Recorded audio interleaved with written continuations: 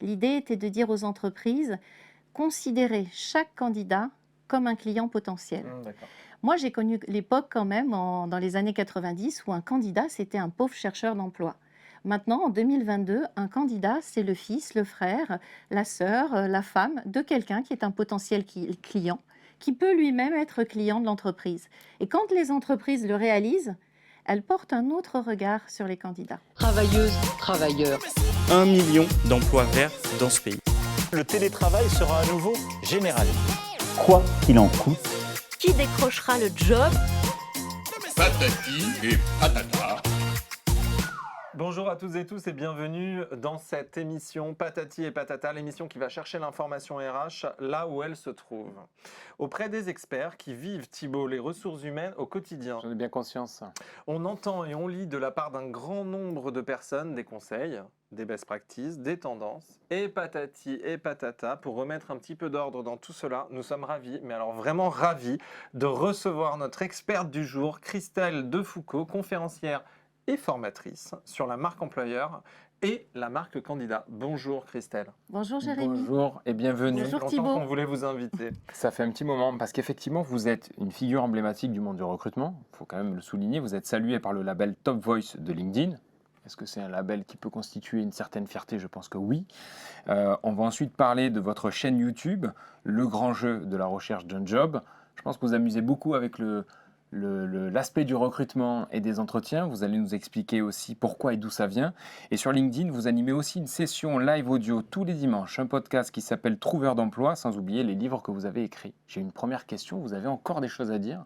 Vous avez tellement de choses à dire sur le recrutement, c'est passionnant. Alors, j'ai beaucoup de choses à dire. Je gonfle certaines personnes, mais je les dis quand même, avec toujours cette tendance, et j'espère que les entreprises ne m'en voudront pas, de défendre plutôt les candidats et les chercheurs d'emploi. C'est un peu mon combat. Alors comment vous les défendez Christelle justement? Qu'est-ce que vous mettez en avant chez eux? Comment vous les défendez? Alors justement, Thibaut l'a dit, en parlant du jeu, vous avez l'air de vous amuser, vous faites des choses drôles. J'ai approché, quand j'ai été consultante en insertion et quand j'étais recruteur, la grande souffrance des chercheurs d'emploi, parce qu'on parle de guerre des talents, mais il y a quand même des talents qui souffrent et qui ne trouvent pas de job, et qui ont l'impression de ne plus avoir d'identité. Quand on a approché cette souffrance, pour donner des bons conseils, déjà il faut la connaître, cette souffrance, il faut aussi se dire qu'on va les donner différemment. Donc pas donneur de leçons, pas je détiens la vérité, mais j'essaye de faire des choses un peu drôles qui font passer des bons moments, qui font qu'on se sent tous dans le même bain. Et puis qu'on peut, je dirais, appréhender la recherche d'emploi comme un jeu. Quand on appréhende la recherche d'emploi comme un jeu, on souffre beaucoup moins. On souffre moins des échecs, on souffre moins de la crainte, de la peur de ce recrutement ou en tout cas de l'entretien, c'est quoi? On souffre déjà beaucoup moins du silence assourdissant des recruteurs, donc ça c'est un petit message. De moins en moins, non? De moins en moins, parce qu'avec les notions de marque employeur, les entreprises et de marketing, les entreprises se disent il faut que je fasse un peu attention. Mais on souffre moins du silence. On ne voit pas le recruteur comme un supérieur, mais on le voit comme un allié. On va en faire un allié dans le jeu. Et dans l'idée du jeu, ce qui est intéressant, c'est que quand on a les bonnes cartes en main, quand on connaît les règles, quand on sait quels sont les adversaires, quels peuvent être les alliés, c'est comme si on était sur un plateau de jeu. Et si on s'arrête et qu'on ne passe pas par la case départ et qu'on va directement en prison, on ne va pas pleurer, on ne va pas être malheureux. Et c'est un peu ça, quand un entretien se passe mal, quand on n'est pas recruté, il faut le voir comme une case que l'on n'a pas franchie. Et pourquoi c'est important le jeu? C'est à cause de la notion de l'entraînement. Plus on s'entraîne et plus on est bon. Vous êtes finalement une coach. Non, alors moi je ne suis pas coach parce que je pense que quand on est coach, il faut être certifié coach. Ce n'est pas mon cas. Moi j'ai été consultante en accompagnement et je ne suis pas coach parce que je ne vends rien aux chercheurs d'emploi. Donc moi mon combat aussi c'est de dire qu'on n'a pas à payer pour trouver un job. Et c'est pour ça que j'ai créé cette chaîne YouTube, c'est pour ça que je donne des conseils dès que je peux, gratuitement et bénévolement. Je pense que ce sont les entreprises qui doivent payer et pas les personnes. Et donc lorsqu'elles vous appellent et qu'elles payent quoi pour Christelle Defoucault? Les entreprises? Oui. Alors ça va dépendre. Ça peut être des entreprises qui vont me faire venir pour travailler sur les sujets de marque employeur, qui vont me faire venir pour aider qui vont me faire venir pour aider leurs collaborateurs à devenir des ambassadeurs, à faire leur personal branding. Ça peut être aussi des entreprises qui sont dans les domaines de l'insertion et qui ont besoin que je les aide à accompagner des chercheurs d'emploi. Donc c'est assez varié comme demande. D'accord. Parce que vous devez aussi, j'imagine, le mot est fort, mais les éduquer quelque part à tout ce que vous venez d'introduire, c'est-à-dire à prendre soin aussi de répondre aux candidats, même s'ils ne font pas l'affaire, et surtout s'ils ne font pas l'affaire en tout cas. Est-ce que vous êtes aussi dans cet acte d'évangélisation un petit peu du monde du candidat, qui est parfois trop souvent oublié? Oui, alors c'est aussi dans ce sens qu'on a écrit notre livre sur la marque employeur avec Florence Marty et Laurence Tétrel. L'idée était de dire aux entreprises, considérez chaque candidat comme un client potentiel. D'accord. Moi, j'ai connu l'époque quand même, dans les années 90, où un candidat, c'était un pauvre chercheur d'emploi. Maintenant, en 2022, un candidat, c'est le fils, le frère, la sœur, la femme de quelqu'un qui est un potentiel client, qui peut lui-même être client de l'entreprise. Et quand les entreprises le réalisent, elles portent un autre regard sur les candidats. Est-ce que les entreprises, je parle plus du B2C, en ont plus conscience que celles du B2B? Je pense que oui, parce qu'en fait, les entreprises en B2C quand elles s'adressent à leurs clients, Eh oui. ce sont déjà des êtres humains, enfin des femmes et des hommes. Les entreprises en B2B se disent, je m'adresse à d'autres entreprises, par exemple. Et puis le client est monsieur tout le monde, c'est-à-dire qu'Alstom, tu ne le consommes pas. Par contre, Exactement. McDo, tu le consommes. Donc, Et c'est pour ça que l'évangélisation, elle se fait beaucoup plus difficilement auprès des entreprises qui sont en B2B et aussi auprès des petites entreprises, parce que Ouais. les grandes entreprises ont déjà réfléchi avec leur service communication, leur service marketing RH aux notions de marque employeur, et les petites entreprises beaucoup moins. Alors, vous parlez d'une notion qui est une conférence spectacle. De quoi on parle exactement? Alors, en fait, on a écrit un livre un peu sérieux pour les entreprises en leur disant, grâce à la marque employeur, vous pouvez, au-delà d'attirer des collaborateurs et de garder des collaborateurs, vous pouvez aussi attirer des clients. Mm. Et fidéliser des clients et attirer des prospects. Et puis ça, c'est le côté sérieux. Et puis on s'est dit, mais finalement, les entreprises ont besoin d'évangéliser toutes les personnes au sein de leur service, afin que tout le monde réalise que chacun peut être un acteur de la marque employeur. Et donc, avec ma co-auteure Florence Marty, on a créé une conférence qui s'appelle Marque employeur, même pas peur, qui est une conférence spectacle drôle, où on reprend tous les concepts du livre, mais on en rit, on désacralise le sujet, et en général, à la fin de la conférence, tout le monde se dit, quel que soit son poste, j'ai peut-être un petit truc à faire pour la marque employeur de mon entreprise. Et on passe un bon moment. Oh, c'est très intéressant. Est-ce qu'aujourd'hui, je reparle des livres, hein, mais un des livres que vous avez écrit ou coécrit, pardon, mais 50 erreurs à éviter pour trouver un job. Alors, ce livre a une histoire. Voilà, d'abord vous interroger sur ce livre, je vais vous laisser parler, mais j'ai une question. Si vous devez retenir qu'un seul de ces conseils, des erreurs à éviter lorsqu'on cherche un job, vous sortiriez laquelle? Alors, moi, si je devais donner un seul conseil, je dirais n'ayez pas peur du recruteur.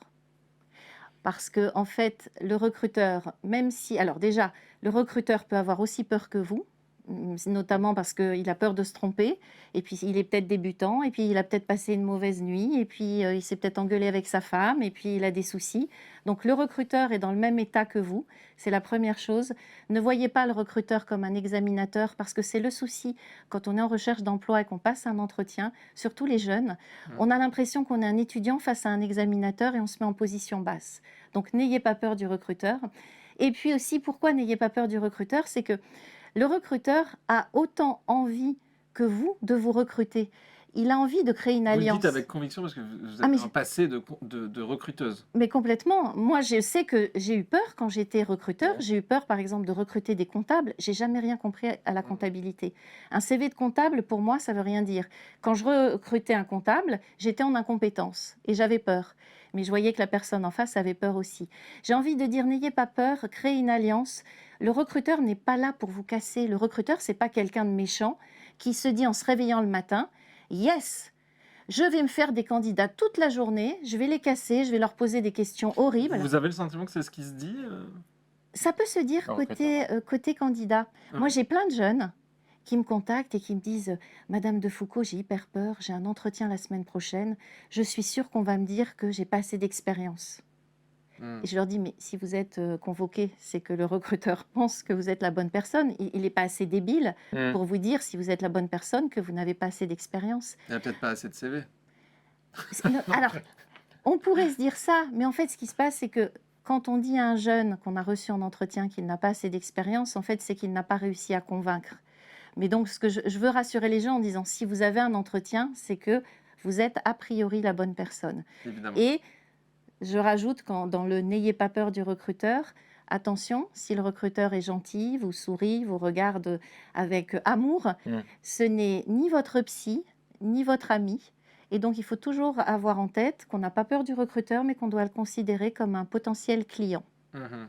Inversement, d'accord. Ok. Bien sûr, avec une Donc ça marche dans les deux cas. J'ai envie de vous poser une question par rapport à ce qui se dit aujourd'hui, même si c'est pas nouveau et on le voit avec tous nos invités, que la guerre des talents fait rage, plus que jamais, entre guillemets.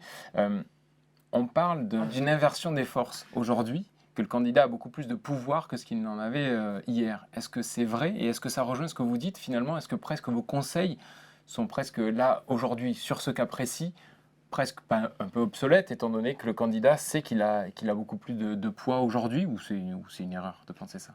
Alors déjà, il faut faire attention parce que quand on parle de guerre des talents, il y a des chercheurs d'emploi qui galèrent à trouver un job depuis 6 mois et ils peuvent se dire « mais je vaux rien ».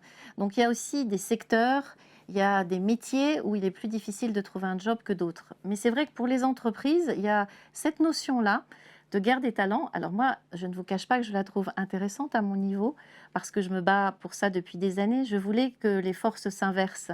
Je voulais, ou du moins qu'elles s'équilibrent, que le chercheur d'emploi soit un offreur de services et qu'en face, il ait une entreprise qui a un besoin et ça matche ou ça matche pas. Mais ces rapports de force, je les trouvais embêtants. Donc, personnellement, je trouve que c'est bien parce que ça va pousser les entreprises à réfléchir à leur manière d'attirer, parce qu'il y a des offres d'emploi qui sont complètement pourries et qui donnent absolument pas envie, mais surtout à leur manière de recevoir des candidats. Encore en 2022, il y a des candidats qui sont très mal reçus. C'est ce qu'il fallait certainement pour que les choses bougent et évoluent. Et finalement, c'est vrai que ça fait 30 ans qu'on est sur un système inverse. Et là, tout bascule en moins de 2 ans. Donc on se retrouve avec des pénuries sur des jobs essentiels qui n'existaient finalement pas vraiment il y a encore 2 ans, 3 ans. Donc c'est vrai que ces forces qui s'inversent, c'est quand même très intéressant.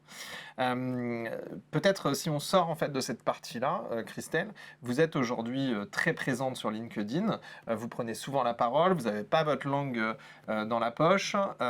Qu'est-ce qui, dans les commentaires, on sait que les réseaux sociaux, c'est toujours... ça peut être chronophage, ça peut être compliqué. Est-ce qu'il y a des choses qui vous ont touché plus particulièrement? Est-ce que vous avez des anecdotes à nous raconter là-dessus? Alors, c'est vrai que moi, je suis beaucoup sur le réseau LinkedIn et je conseille aux chercheurs d'emploi d'être sur ce réseau. Je conseille aux jeunes d'y être parce que c'est un réseau professionnel. Et À surtout, tout le monde.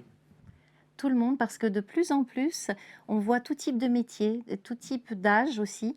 Avant, LinkedIn, c'était c'était pour l'international, c'était pour les cadres, c'était dans le secteur du tertiaire. Or, on voit différents types de personnes venir. Pourquoi c'est intéressant? C'est parce que quand on a un CV atypique, quand on a un parcours qui ne rentre pas dans les cases et qu'on répond à des offres d'emploi, on affronte le silence assourdissant. LinkedIn permet de contacter à peu près n'importe qui, dans n'importe quelle entreprise, et de décrocher des entretiens ou de se faire remarquer parce qu'on va publier. Et ça, là aussi, ça équilibre les forces. Très bien. Eh bien, écoutez, c'était très intéressant. Merci beaucoup Christelle, c'était Merci, vraiment Christelle. intéressant. On le rappelle, on peut vous retrouver sur votre chaîne YouTube, donc le grand jeu de la recherche d'un job, et on espère vous revoir très vite. Merci beaucoup. Merci Christelle d'être venue nous voir. Merci pour votre accueil. Travailleuses, travailleurs. 1 million d'emplois verts dans ce pays. Le télétravail sera à nouveau généralisé. Quoi qu'il en coûte. Qui décrochera le job? Patati et patata.